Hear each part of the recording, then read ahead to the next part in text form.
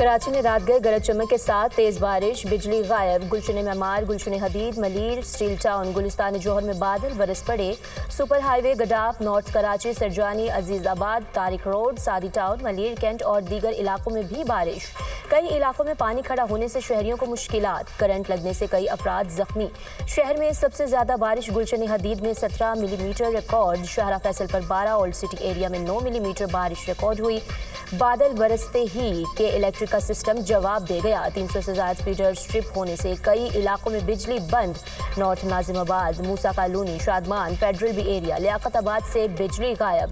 Mayor Karachi barrister Murtaza Wahab کا بارش کے بعد شہر کا دورہ، شہر کے مختلف مقامات کا جائزہ لیا۔ میئر کراچی کا میونسپل سروسز کے عملے کی چھٹیاں منسوخ کر کے انہیں الرٹ رہنے کا حکم کہا۔ تمام تر ایمرجنسی میں تعینات ہونے والا عملہ سڑکوں پر نظر آئے۔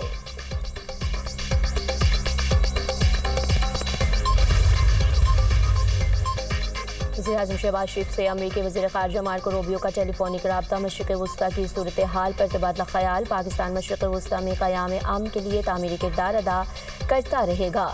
وزیر اعظم نے صدر ٹرمپ کی باہمت اور فیصلہ کن قیادت کو سراہا، کہا امریکی صدر کے کردار سے ایران اور اسرائیل کے درمیان جنگ بندی ہوئی۔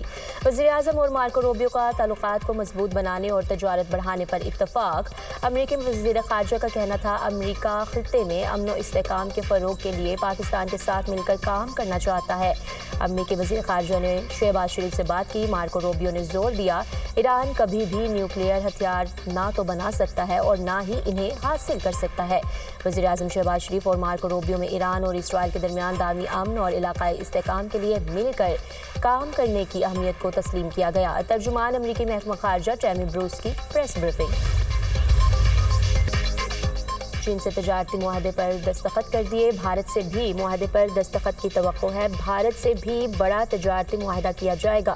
انڈیا کو امریکی مصنوعات کے لیے کھولا جائے گا۔ امریکی صدر ڈونلڈ ٹرمپ کا وائٹ ہاؤس میں تقریب سے خطاب۔ فیک نیوز پھیلانے والی میڈیا ہاؤسز پر تنقید کرتے ہوئے بولے CNN، نیو یارک ٹائمز کے جعلی خبروں والے رپورٹر کو برطرف کریں۔ یہ رپورٹر بدنیت اور خطرناک عزائم رکھنے والے افراد ہیں۔ صحافت کے نام پر گمراہ کن پروپیگنڈا ناقابل قبول ہے۔ عوام میں اشتعال اور غلط فہمیاں پیدا کرنے کی کوشش کی جا رہی ہے۔ امریکی طیاروں نے ایران میں اہداف کو مکمل تباہ کیا۔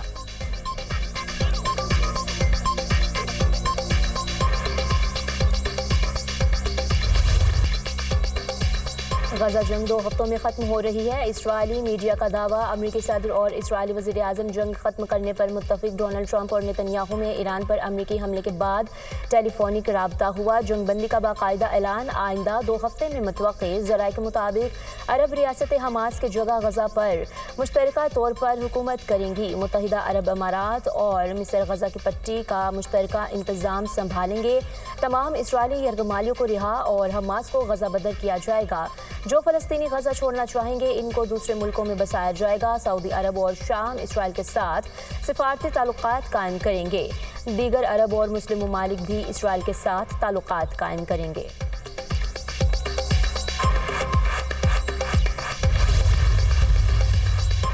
بھارت کو سفارتی محاذ پر ایک اور صبح کی پاکستانی موقف کی ایک اور جیت۔ چین میں شنگھائی تعاون تنظیم کے وزرائے دفاع کا اجلاس۔ مشترکہ اعلامیے میں پہلگام واقعے پر بھارتی جھوٹا پروپیگنڈا تسلیم کرنے سے انکار۔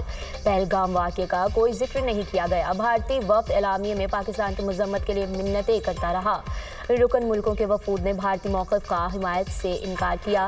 بھارت کا شنگھائی تعاون تنظیم کے اجلاس میں مشترکہ اعلامیے پر دستخط کرنے سے انکار۔ بھارتی میڈیا کے مطابق وزیر دفاع راج ناتھ نے SCO کے مشترکہ اعلامیے پر دستخط سے انکار کیا۔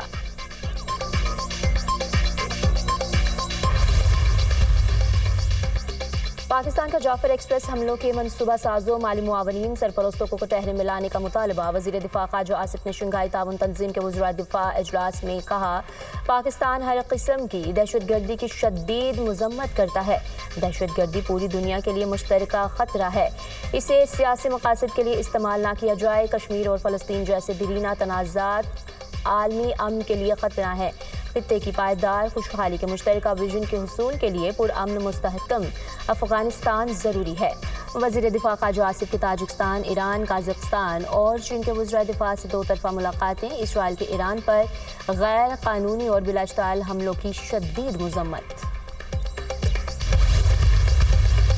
ایران نے اسرائیل کو کچل کر رکھ دیا، صہیونی ریاست پاش پاش ہو گئی۔ امریکہ جان گیا تھا وہ جنگ میں شامل نہ ہوا تو صہیونی حکومت مکمل تباہ ہو جائے گی۔ امریکہ کو اس جنگ میں کوئی کامیابی نہیں ملی، دعووں کے باوجود اسرائیل کو گھٹنے ٹیکنے پر مجبور کر دیا۔ ایرانی عوام نے نہ کبھی سرنڈر کیا نہ کرے گی۔ ایرانی سپریم لیڈر آیت اللہ خامنائی کی اسرائیل سے جنگ جیتنے پر قوم کو مبارکباد۔ سرکاری ٹی وی پر قوم کے نام پیغام میں کہا، ہم نے قطر میں امریکی بیس کو نشانہ بنا کر بڑا نقصان پہنچایا، کسی بھی حملے کا جواب امریکی اڈوں کو بار بار نشانہ بنا کر دیں گے۔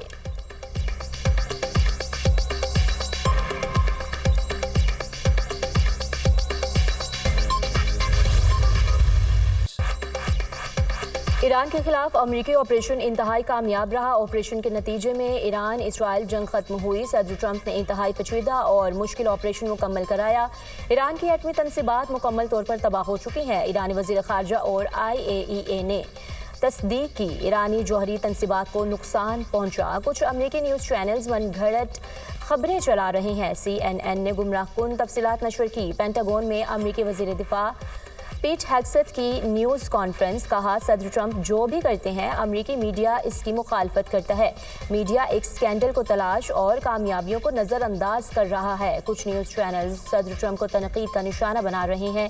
امریکی chairman joint chiefs of staff نے کہا ہے کہ ایران نے قطر میں امریکی تنصیبات پر حملہ کیا، ہمارے دفاعی نظام نے ایرانی میزائلوں کو تباہ کیا۔ جنرل ڈینکن نے میڈیا بریفنگ کے دوران ایرانی تنصیبات پر حملوں کی ویڈیو بھی دکھائیں۔ صدر ٹرمپ ایران سے نہ ختم ہونے والی جنگ نہیں چاہتے۔ امریکی صدر کا مقصد امریکہ کو طویل جنگوں سے بچانا ہے۔ ترجمان وائٹ ہاؤس کیرولائن لیوٹ کی پریس بریفنگ، کہا صدر ٹرمپ نے جنگ بندی کرا کر دنیا کو حیران کر دیا۔ صدر نے طاقت کا مظاہرہ بھی کیا، امن کا راستہ بھی نکالا۔ امریکی صدر چاہتے ہیں امریکہ دنیا میں امن قائم کرے، وہ امریکہ فرسٹ کی پالیسی پر قائم ہے۔ صدر کی طاقت کے استعمال سے نہیں گھبراتے، جنگ آخری راستہ ہے۔ امریکی انٹیلیجنس ہفتوں سے نگرانی کر رہی تھی، ایرانی جوہری مراکز سے یورینیم منتقلی کا ثبوت نہیں ملا۔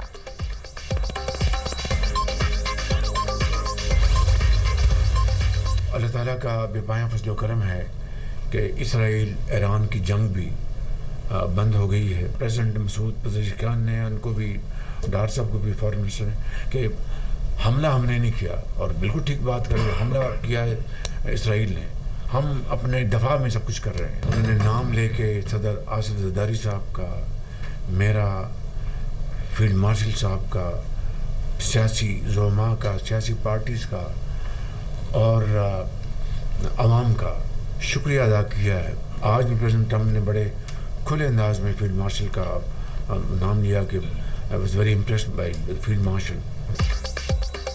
ایران اسرائیل سیز فائر میں مؤثر کردار ادا کیا۔ فیلڈ مارشل عاصم منیر نے صدر ٹرمپ سے ملاقات کی، بعد میں ایرانی وزیر خارجہ سے ملے۔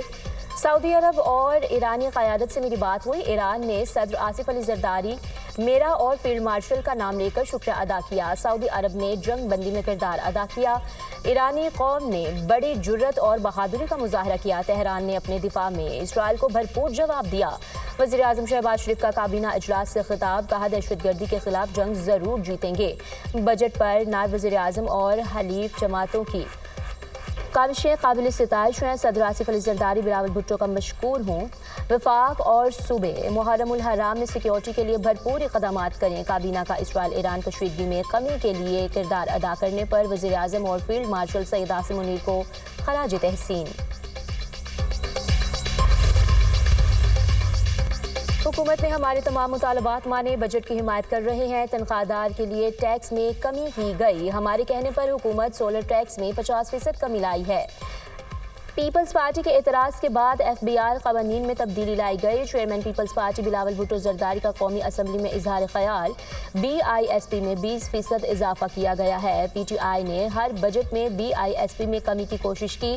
جب سے وزیر اعظم شہباز شریف آئے، ہر بجٹ میں BISP میں اضافہ ہوا۔ ہم وزیر اعظم شہباز شریف اور وزیر خزانہ کے شکر گزار ہیں۔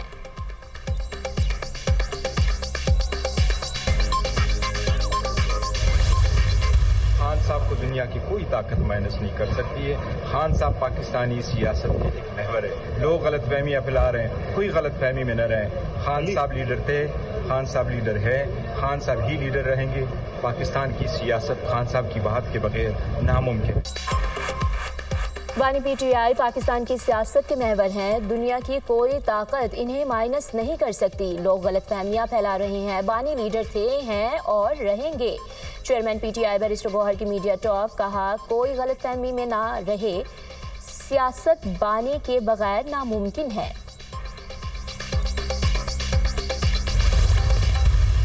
خان صاحب کے پاس آج بھی وہ اختیار موجود ہے اور جب بھی وہ کہیں وہ اپنا یہ آپشن استعمال کر سکتے ہیں. ہمارا بجٹ تو آئینی بحران سے بچنے کے لیے تقاضا تھا, ہم نے کر دیا. سازش کی ناکام ہو گئی. IMF کے ساتھ بھی ایک پروگرام ابھی آنا ہے, تو اس پروگرام کے ٹائم پھر ہمارا رویہ بھی یہی ہوگا. تو ہم بھی اپنا تمام تر حق محفوظ رکھتے ہیں کہ ہم اپنے آپ کو دیکھ کر, اپنے صوبے کو دیکھ کے, حالات کو دیکھ کے ہی بات کریں گے. باقی میں نے پہلے بھی بائیکاٹ کیا ہوا ہے کہ کوئی بھی فائنانس کی کسی میٹنگ میں ہم لوگ شرکت نہیں کر رہے. بانی سے ملاقات نہ کرائی تو IMF پروگرام کے لیے تعاون نہیں کریں گے. وزیر اعلیٰ خیبر پختونخوا علی امین گنڈاپور کی دھمکی. کہا ہم کسی فائنانس میٹنگ میں شرکت نہیں کریں گے. جب یہ پھنسے گے تو پھر بانی پی ٹی آئی سے ملاقات کرائیں گے. بانی پی ٹی آئی سے ملاقات کرنا ہمارا آئینی حق ہے. بانی پی ٹی آئی جب کہیں گے اسمبلی تحلیل کر دیں گے. ہم اپنے اور صوبے کے حالات دیکھ کر فیصلہ کریں گے. سازش ناکام بنانے کے لیے صوبے کا بجٹ منظور کیا. بانی نے جو بھی احکامات دیے اس پر عمل کرنے کی پوری کوشش کرتا ہوں.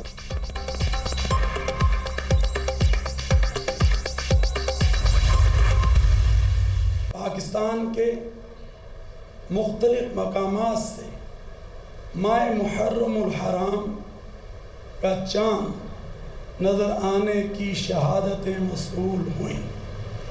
لہذا اتفاق رائے سے فیصلہ کیا گیا کہ انشاءاللہ 1 محرم الحرام 1447 ہجری 27 جون 2025 بروز جمعۃ المبارک کو ہوگی, اور یوم عاشور 10 محرم الحرام 1447 ہجری بمطابق 6 جولائی 2025 بروز اتوار کو ہوگی.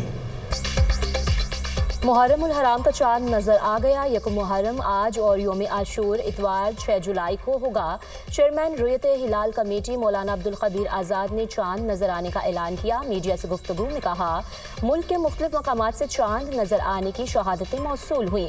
صدر مملکت آصف علی زرداری نے اپنے پیغام میں کہا دعا گو ہوں ہجری سال وطن عزیز میں امن, خوشحالی اور استحکام لے کر آئے. یہ مقدس مہینہ ہمیں تلقین کرتا ہے ہم انفرادی زندگی کو اجتماعی شعور سے جوڑیں. وزیر اعظم شہباز شریف نے اپنے پیغام میں کہا دعا گو ہوں یہ ہجری سال ہم سب کے لیے باعث رحمت ہو. محرم الحرام کا مقدس مہینہ ہمیں ہمارے اسلاف کی بے مثال قربانیوں کی یاد دلاتا ہے. غزہ میں اسرائیلی فوج کی جانب سے خون کی ہولی کھیلنے کا سلسلہ جاری. اسرائیلی فوج کی امداد کے متلاشی فلسطینیوں پر فائرنگ اور گولہ باری. تازہ حملوں میں مزید 51 فلسطینی شہید, متعدد زخمی ہو گئے. 24 گھنٹے میں مزید 103 فلسطینی شہید اور 219 زخمی ہوئے. 4 ہفتوں میں امداد کے منتظر 549 فلسطینی شہید, 4000 سے زائد زخمی ہوئے. نصیرات میں اسکول پر اسرائیلی بمباری, 9 افراد شہید. شہداء کی مجموعی تعداد 56,259 ہو گئی. 1,32,458 افراد زخمی ہو چکے. مقبوضہ مغربی کنارے میں اسرائیلی چھاپے, 20 سے زائد فلسطینیوں کو گرفتار کر لیا گیا.